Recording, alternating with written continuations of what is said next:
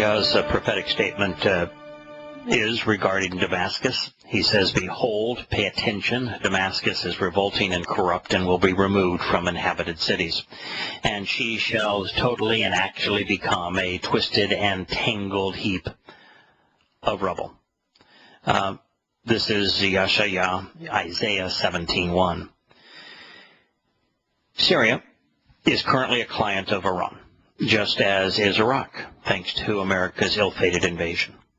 By way of Hezbollah, which means Allah's party, the religious regime in Iran also controls Lebanon, creating a land crescent from Iran into northern Israel, facilitating the Islamic invasion that prophecy predicts, called the Magog War.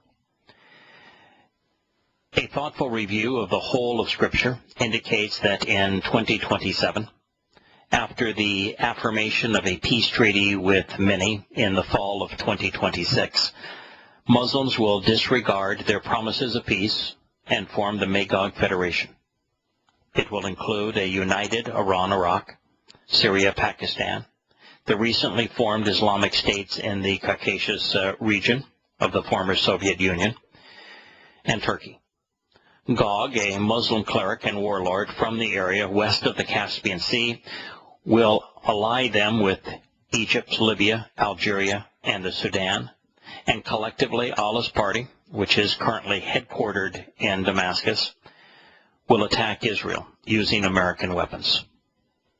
Over the past decade under Bush and Obama, the United States has fundamentally changed the balance of power in the region by providing Muslims with 25 times more military hardware than has been given to God's chosen people.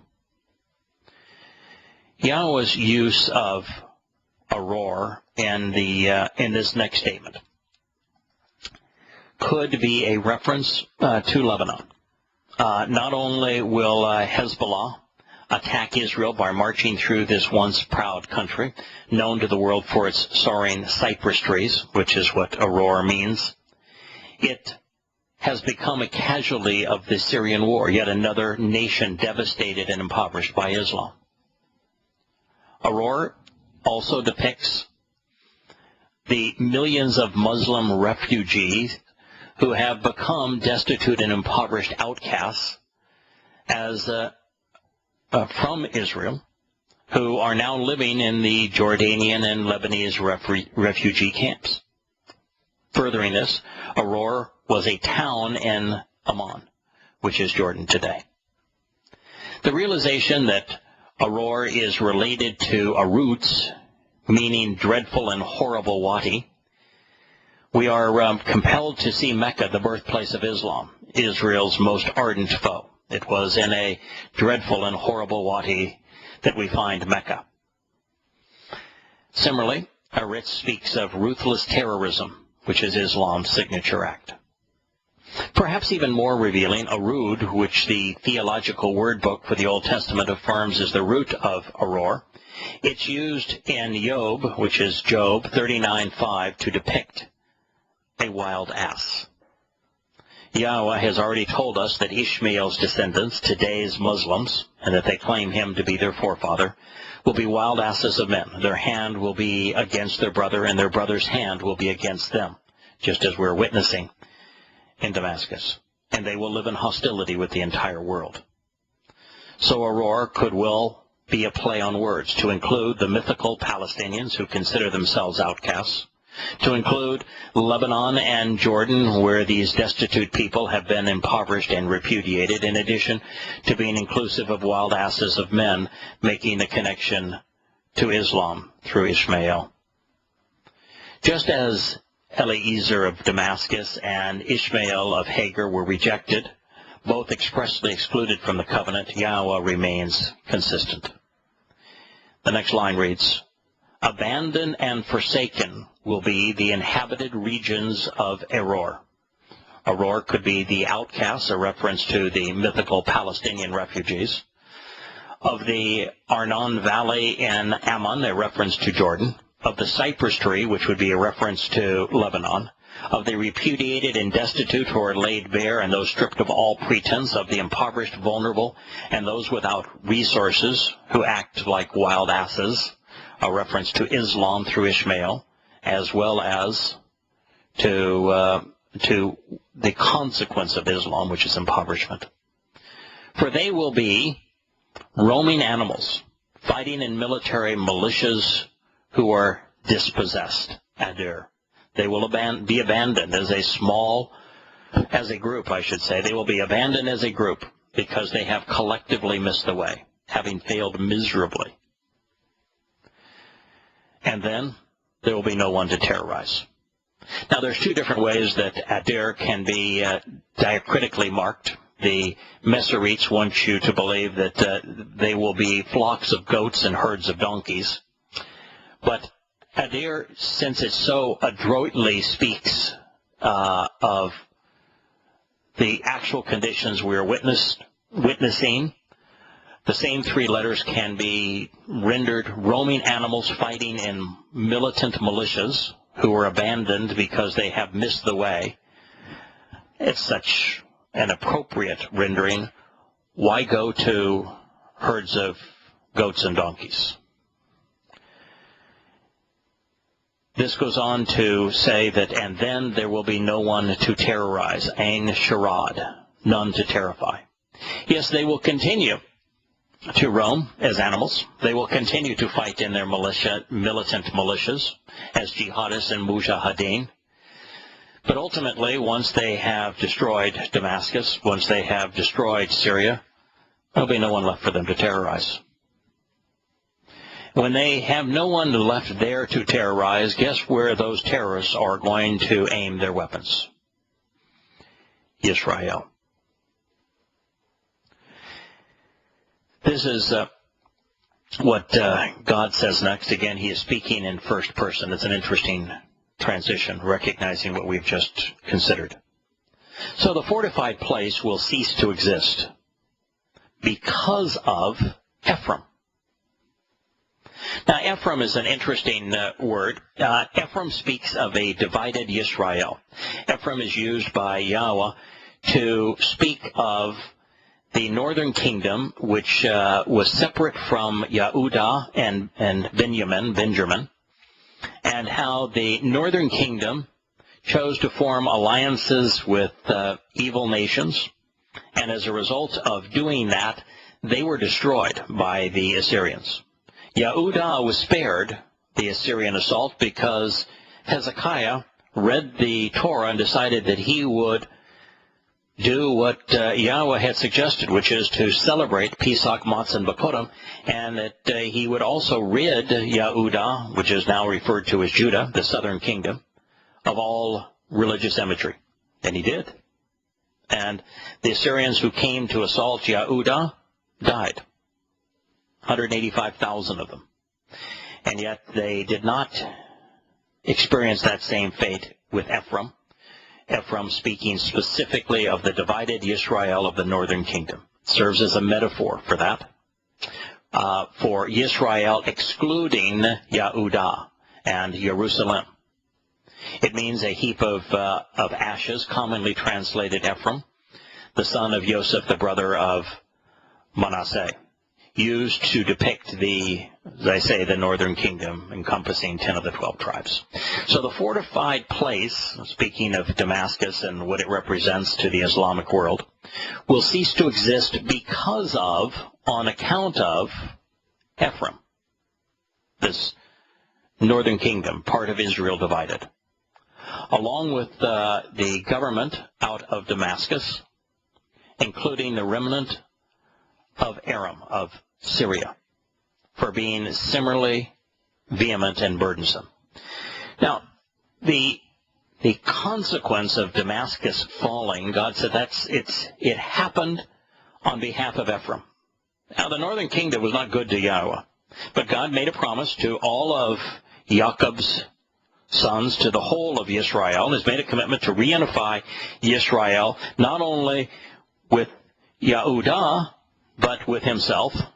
And so on behalf of the most rebellious of his children, he says that Damascus will cease to be. But it says it's not just Damascus, but also the remnant of Syria. And Syria was presented here by Aram. It means Greater Syria or Assyria, including Mesopotamia, and therefore inclusive of today's Iran, Iraq, Syria, and Lebanon, all of which are controlled by Iran as a result of America's invasion of Iraq. And he says that they're going to be destroyed on behalf of Ephraim because they are similarly vehement and burdensome. Kabod. They're fanatical and onerous, abundantly wealthy, and overly glorified, from hardened and, this is kabod, hardened and grievous, ignorant and dim-witted, hard-headed and stupid, enraged and troublesome. This is the same Greater Syria that the Islamic terrorist group of Sunni Muslims from Iraq, called the Islamic State of Iraq and now Syria, al-Sham. Al-Sham is the Greater Syria. It is a unified Islamic world similar to what transpired when Damascus was under the control of Sunnis. In this case, it is the Shias that are failing because they are similarly vehement and burdensome. The children of Yisrael shall actually continue to exist, prophetically declares Yahowah of the vast array of spiritual messengers and envoys. All of this is happening because Yisrael shall not be destroyed. God's made promises to Yisrael. He made promises in Hosea to both Ephraim and Yisrael, and the fact that he uses them separately and is going to now introduce Jacob here in a moment, that he's speaking of a Yisrael divided and a Yisrael unified, and ultimately a completely unified Yisrael, which is the term Jacob, because it speaks of the father of all 12 tribes. So Ephraim, the rebellious northern kingdom, is going to see the fall of not only Damascus, but of Assyria, of Greater Syria, of Shiite Islam, and it is because the children of Yisrael shall continue to exist. God is professing to the world 2,700 years ago that try as they will, the 1.5 billion Muslims are not going to eradicate Israel and his chosen people. Back in a moment.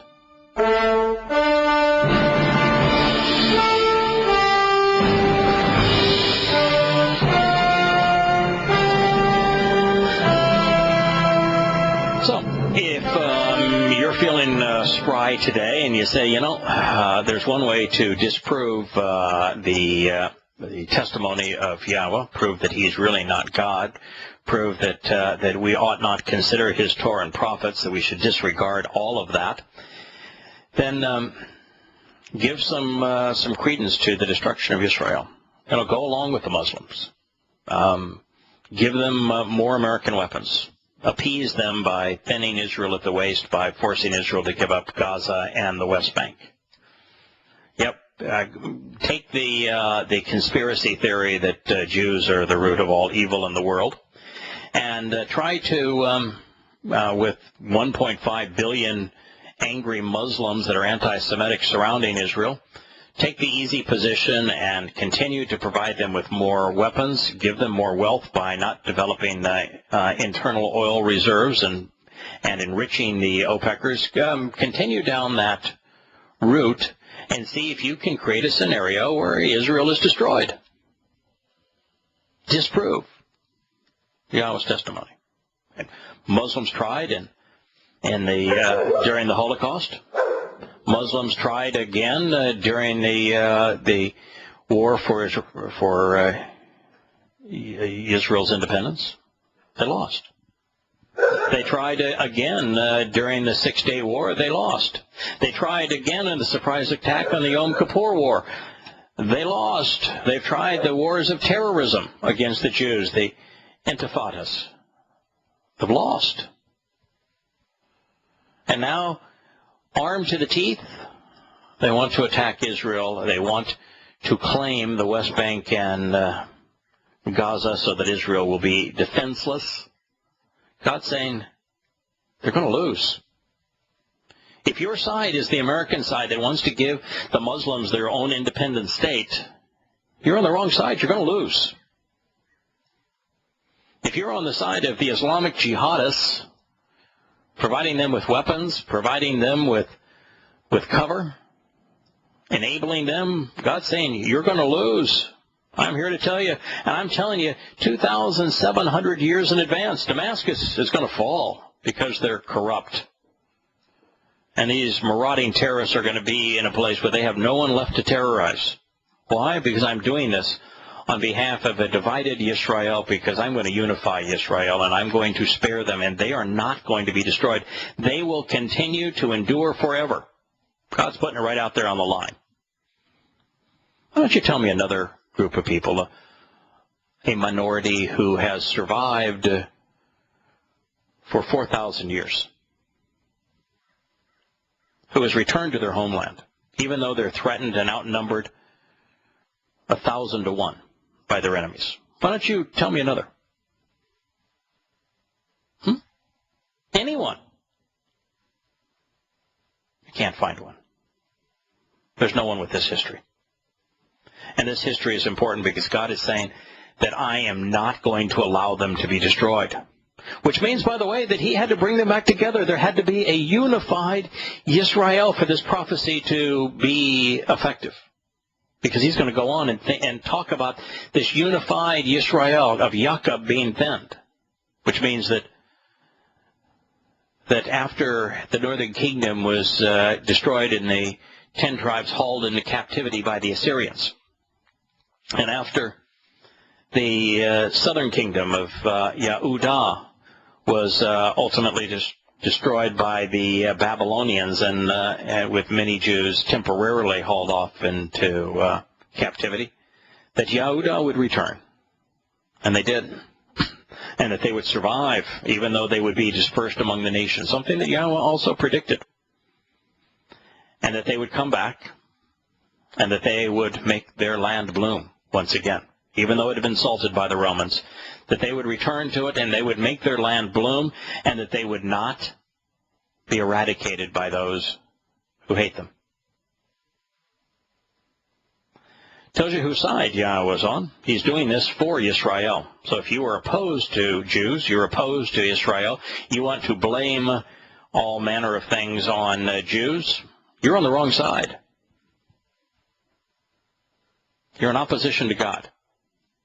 That's not a side that I would advise anyone to be on.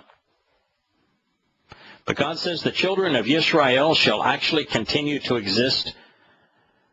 And he says that in the context of Damascus and Assyria, greater Syria, failing, falling, being destroyed. One thing leads to the other. But that's not the end of what God has to say. He's not done. He's going to make another statement that is even more profound prophetically. And we're going to consider it when Shattering Myths continues after the commercial break. Please stay with us.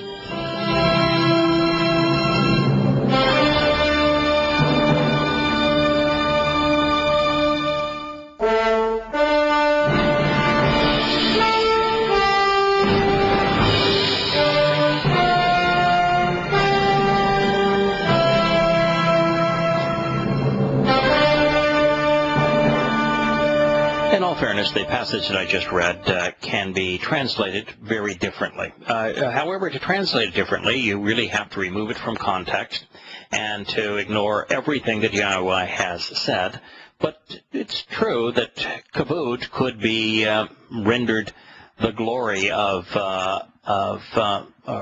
being similar, glorified, if you will. And then to do so, of course, what it means, because here's how it's used. I'll read the passage and tell you where kabod is, because I want to be open with you. In fact, not only open and honest, but it brings up the whole art of translation, of how when you're going to translate something, you've got to look at every potential meaning of the word, and then to render the word in context in a manner that is most consistent with what the discussion as a whole is presenting.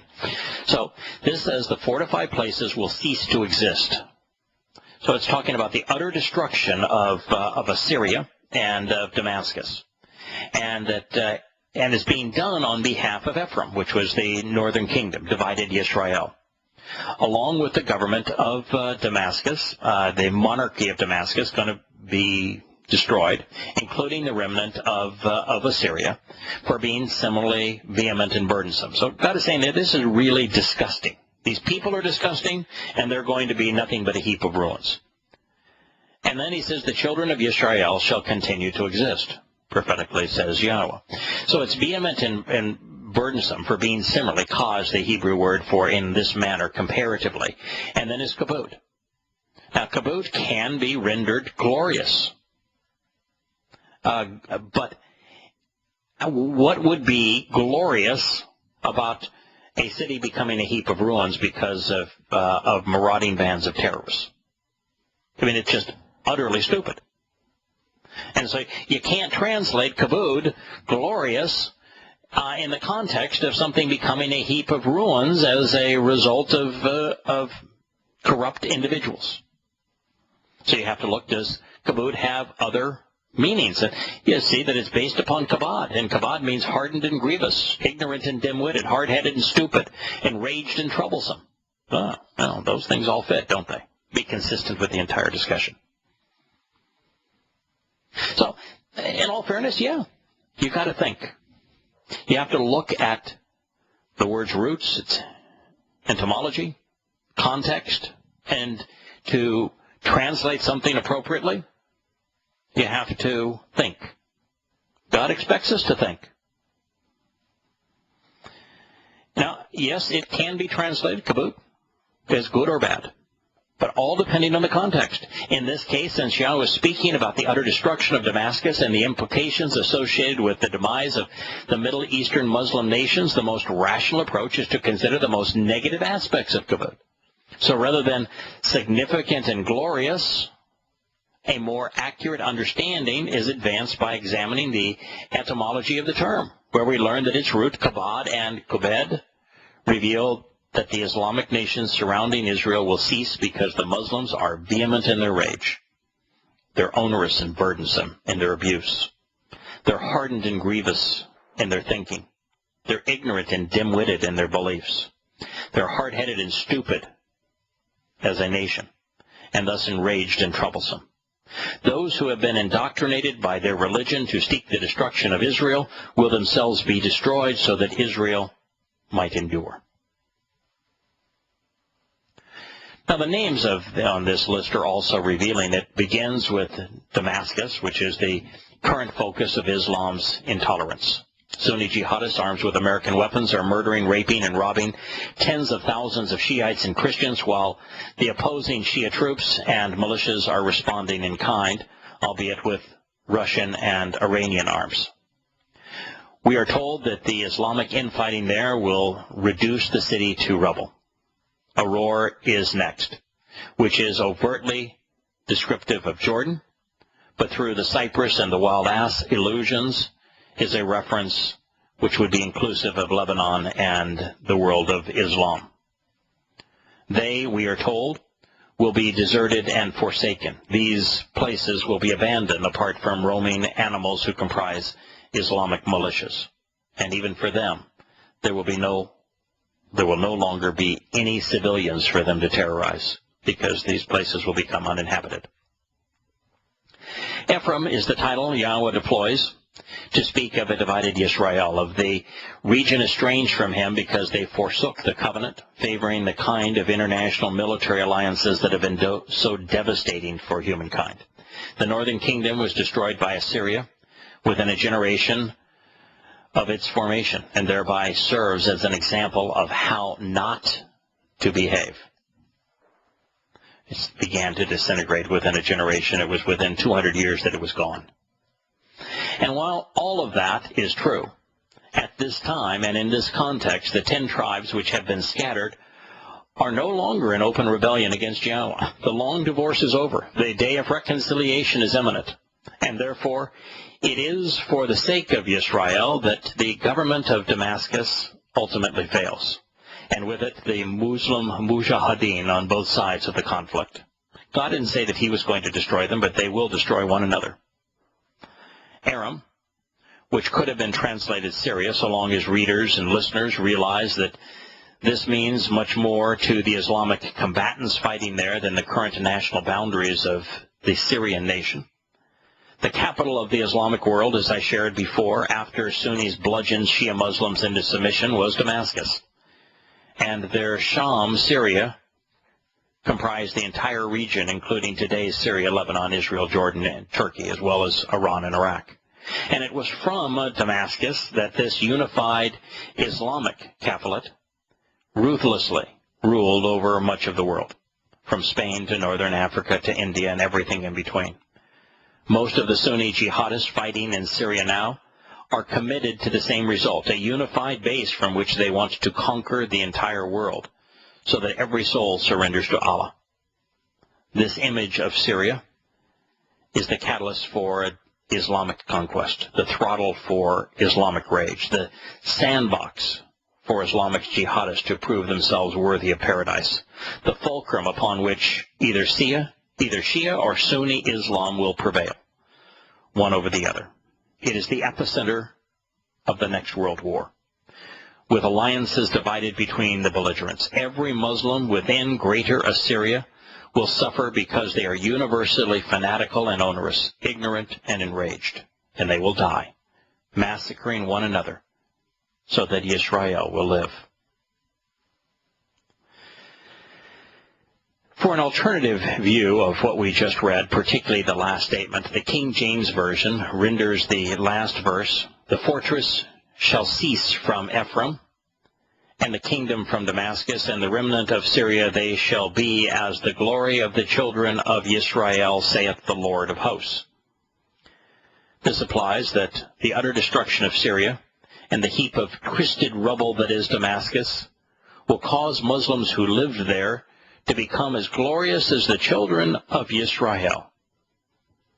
Well, if nothing else, this affirms that English Christians who compose the King James Version hold Israel in very low regard. They're also willing to change God's name from Yahowah to the title Lord. The American evangelical Christians who sponsored the New Living Translation similarly strove to suggest that they had inherited Israel's former glory when they published, "The fortified towns of Israel will be destroyed, and the royal power of Damascus will end. All that remains of Syria will be the fate of Israel's departed glory." Well, I would never be so arrogant as to claim that my translations are perfect, which is why I encourage listeners and readers to verify what you hear for yourself. I can attest that the King James and the New Living Translation are wrong. And it's not that just that they don't know Hebrew. It's that they don't know Yahowah, and thus they don't understand what he's saying. God hates the Christian church and loves the children of Yisrael. As a result, one will endure and the other will not. One will be brought home, and the other will be left behind. Now, speaking of Christians being lost, it is, of course, interesting that the two most significant populations of Christians in the Muslim Middle East are the Assyrians in Iraq and the Lebanese Phalange. They could also comprise part of this remnant of Aram. If so, the Orthodox Christians will be left behind. But particularly and hopefully, in the eye of the storm, they will come home. After concluding his presentation on the future of Syria, Jordan, and Lebanon, as well as the northern kingdom in Israel, particularly focusing on Damascus, Yahowah transitions to a discussion of how the promised land, which is now unified, which is something that would have been inconceivable writing 2,700 years ago, when the northern kingdom was being systematically destroyed by the Assyrians. Well, this is the result, this narrowing a unified Yisrael, Yaakov at its midsection, is the result of a land for peace concession, in which Gaza and then the West Bank is given to the Muslims in exchange for useless proclamations of peace, thinning Israel at the waist to less than 20 miles across. Since Gaza is already gone, this will happen in stages. The final act will be the treaty announced by Daniel, which ushers in the 7-year tribulation that starts in November of 2026. Yahowah, speaking through his prophet Yeshayah, predicts, and it will actually come to pass, Wahaya, that in that day, that the size, Hahu Kabud, that the magnitude, that the dimensions, that the value, the volume of Yaakov, who was renamed Yisrael by Yahowah, meaning the one who cannot be swayed or detoured because he supplants his heel, Abraham's grandson, heir to the covenant, the father of the 12 tribes, shall decrease to the point of no longer being sustainable or viable, and the fattest, best protected, and most important place of his body shall be leaned. Okay, God is talking about, first, the Assyrians, which represents now Shia Islam. They're destroyed. God says this is for the sake of Ephraim, which represents the northern kingdom, and Israel divided. That is being done, that occurs for the benefit of, for the sake of Ephraim, the northern kingdom, divided Israel. And that as a result of the entire Shiite world failing, of Assyria failing, of Damascus falling, that Yahowah reaffirms his promise that Israel shall live. And then he transfers to a statement regarding Yaakov. Back in a moment.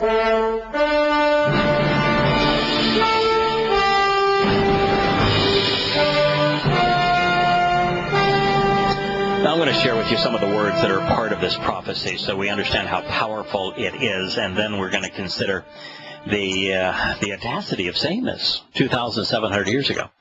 So it shall actually come to pass, this is Haya, it shall be in that day that the size, that the magnitude, the dimensions, the volume of Yaakov, and Yaakov here, he's speaking of Ephraim, which represents the northern kingdom, of Yisrael, which is another name for it when they were breaking apart, but then of Yaakov, which is the father of the 12 tribes. This is a united Israel.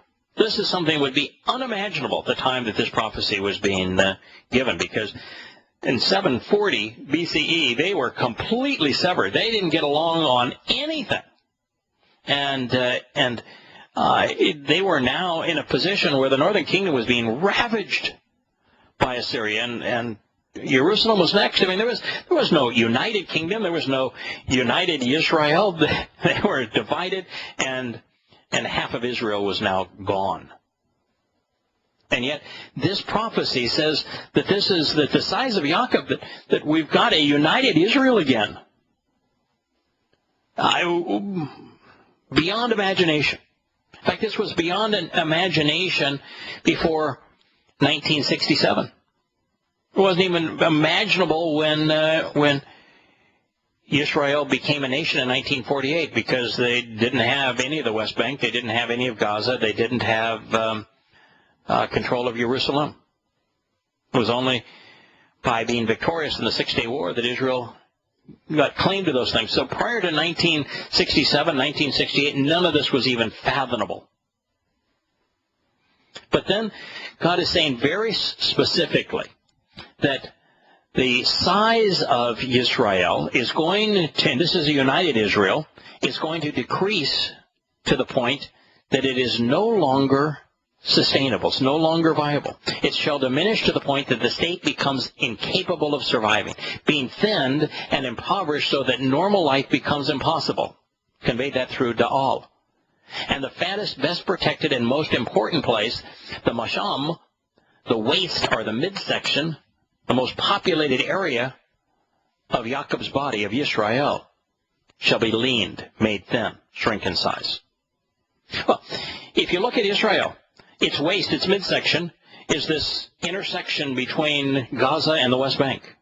It's where the United States has already forced them to give up Gaza. But if they force them to give up the West Bank, it will narrow Israel to about 10 to 20 miles wide at its waist. This is where 70% of the population lives. Everyone that is touting this land for peace deal knows that Israel becomes unsustainable the moment that happens. That it's no longer viable as a nation. And here's God putting this in writing 2,700 years ago, when there was no unified Israel, when there was no waist to thin. And think of that. And you're witnessing not only it happened before our eyes, but you see the connection between that and the civil war between Sunni and Shia Muslims that is raging in Damascus, and that being presented as the catalyst for all of this. I mean, we could not understand the connection between these things. And particularly the United States, which follows, where God's going to describe the conditions that exist in this country and why the very nation that loots Israel, that forces it to give up its most important strategic area, thinning the nation at the waist, is devastated just the way that Neville Chamberlain's country was devastated by trying to appease the Nazis. It would not have been fathomable even 2 years ago. And now it's being manifest before our eyes. Precise predictions of exactly what's going to occur, how it's going to occur, why it's going to occur, when it's going to occur. And if you can process what God is saying and how profound all of this is, then you recognize that you really ought to pay attention to everything He has to say, because He absolutely knows the future.